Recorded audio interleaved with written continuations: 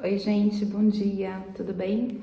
Tô aqui com o Bartô e os meninos em casa, num momento mais tranquilo. O Diego já tá mais tranquilo, já tá se alimentando direitinho, ele tá aqui do meu lado. O Boris, ele se adaptou super bem à casa desde o primeiro momento, não apresentou maiores dificuldades com a mudança. É lógico que ele se mantém escondido quando chega alguém, né? Ele não tá acostumado com o Michel, por exemplo. E ele ainda se esconde, mas de qualquer maneira tá tudo bem. A adaptação dele está correndo de forma bem satisfatória.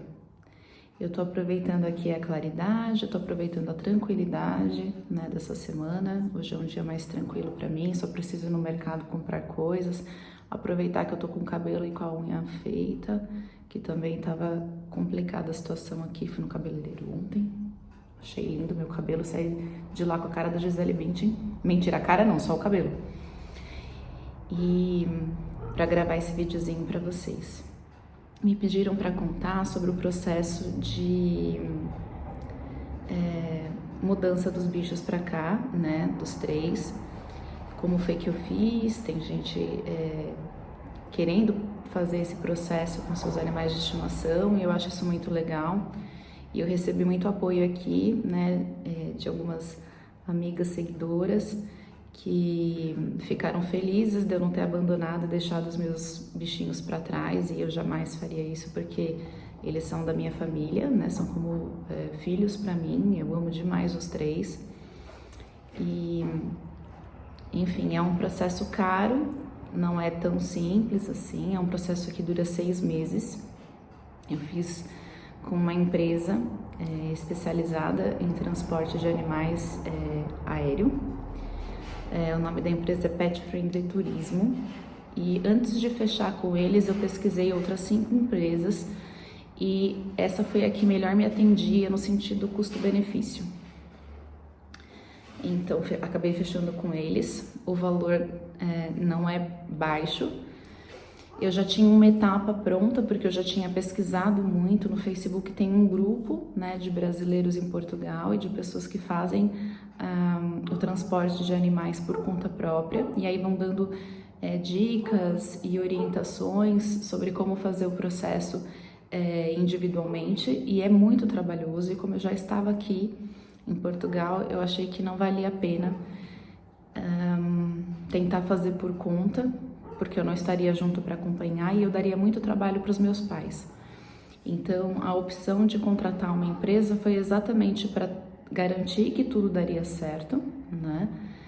E facilitar a vida para todo mundo. Para mim, que estava aqui acompanhando a distância, para não ficar preocupada de vai dar certo ou não vai dar certo, fizeram ou não fizeram as coisas no momento certo.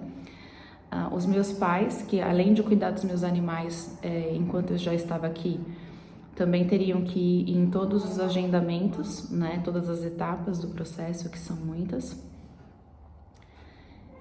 sem perder os prazos, as datas. E a minha irmã que ia ficar administrando isso para os 2 também não se perderem e não dar nada errado.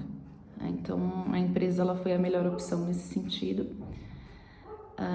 Numa questão de custo, teve uma outra empresa, eu não vou citar nomes, enfim, que cobrava em dólar, e eles obrigatoriamente iam um funcionário deles junto no voo. Para vocês entenderem, para você fazer o embarque de um animal numa companhia aérea, num avião, você precisa ter uma pessoa acompanhando cada pet. Então, se eu estou levando 3 pets, eu preciso de 3 acompanhantes. Não dá para você embarcar sozinha com 3 animais. Então, essa outra empresa tinha aqui um funcionário deles obrigatoriamente, então eu teria que pagar por esse funcionário a mais.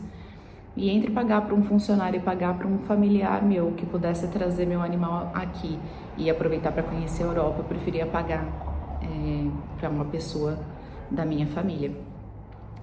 Então, essa outra empresa que eu fechei, ela valia mais a pena também por essa questão. Então, eles não tinham obrigatoriamente que ter um funcionário deles.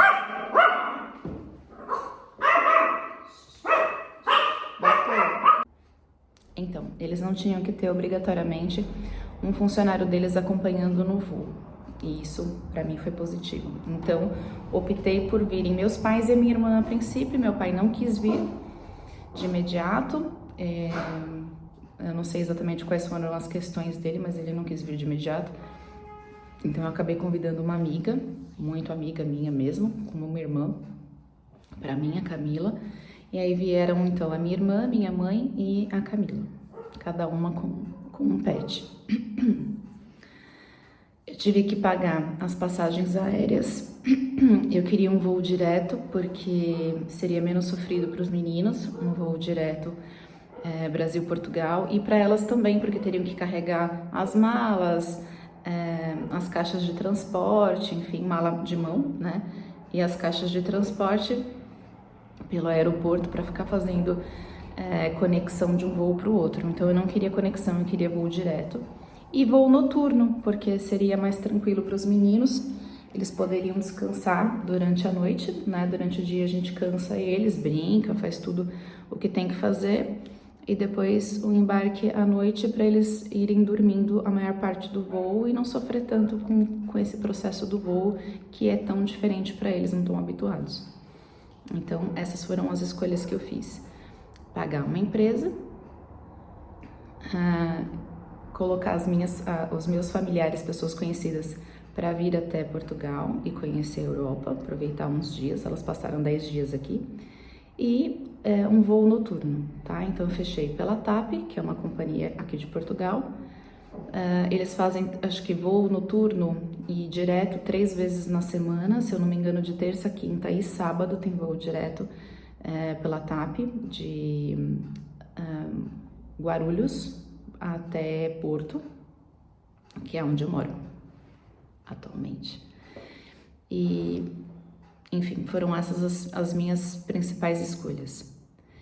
Para você trazer um animal, você tem que decidir se o animal vem num voo dentro da cabine ou no voo pelo porão.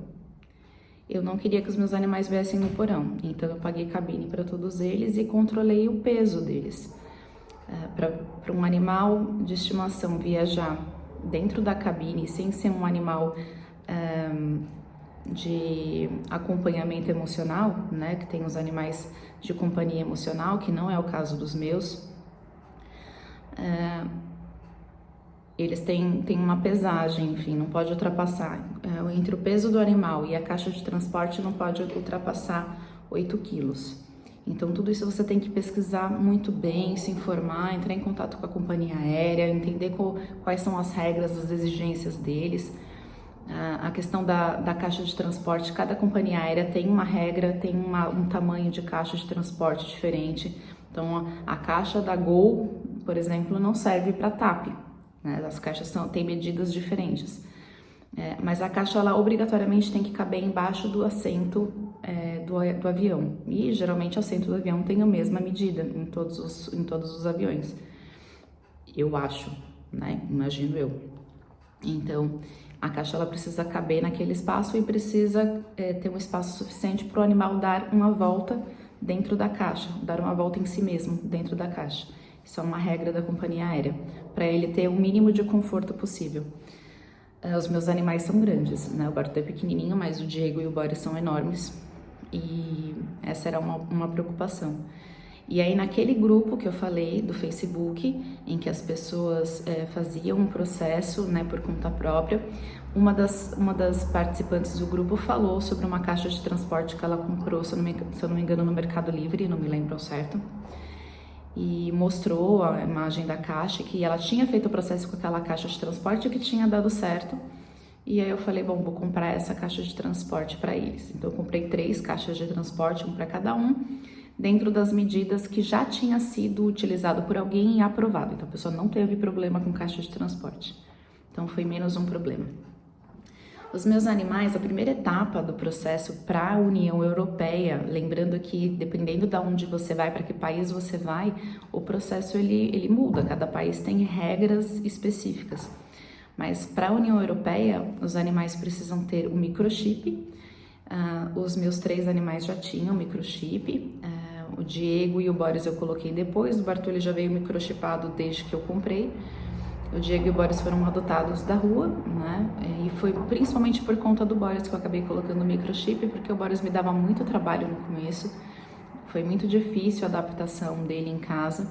E por vezes, assim, eu falei, meu Deus, eu não vou aguentar ficar com esse gato, eu vou ter que dar ele. Ou largar ele na rua, jamais faria isso, enfim, mas passou pela minha cabeça algumas vezes porque ele me deixava maluca. Quem trabalhava comigo naquela época sabe bem, eu ficava surtada com ele me deixava bem doida mesmo. E eu falei, vou microchipar logo porque aí fica no meu nome e eu não tenho como fazer nenhuma das escolhas impensadas ou com a cabeça quente. Então, acabei microchipando todos eles e aí tem um certificado de microchip e aí eu tive o meu primeiro problema no processo. O Bartô não veio com o certificado de microchip. E aí, enfim, eu achei que já estava tudo certo e eu percebi que quando eu comprei ele, ele veio com um código de barras do microchip, mas não veio com certificado e eu não sabia que eu precisava disso. Eu não tinha essa informação na época, né? Peguei ele em 2017 e não tinha intenção de viajar nem de fazer nada, então eu não sabia. E aí acabou me dando um trabalhinho a mais conseguir a certificação do Bartolomeu. Com a empresa, eles conseguiram, através dos veterinários, montar essa documentação de certificação, todas iguais, padronizadas, da melhor forma possível.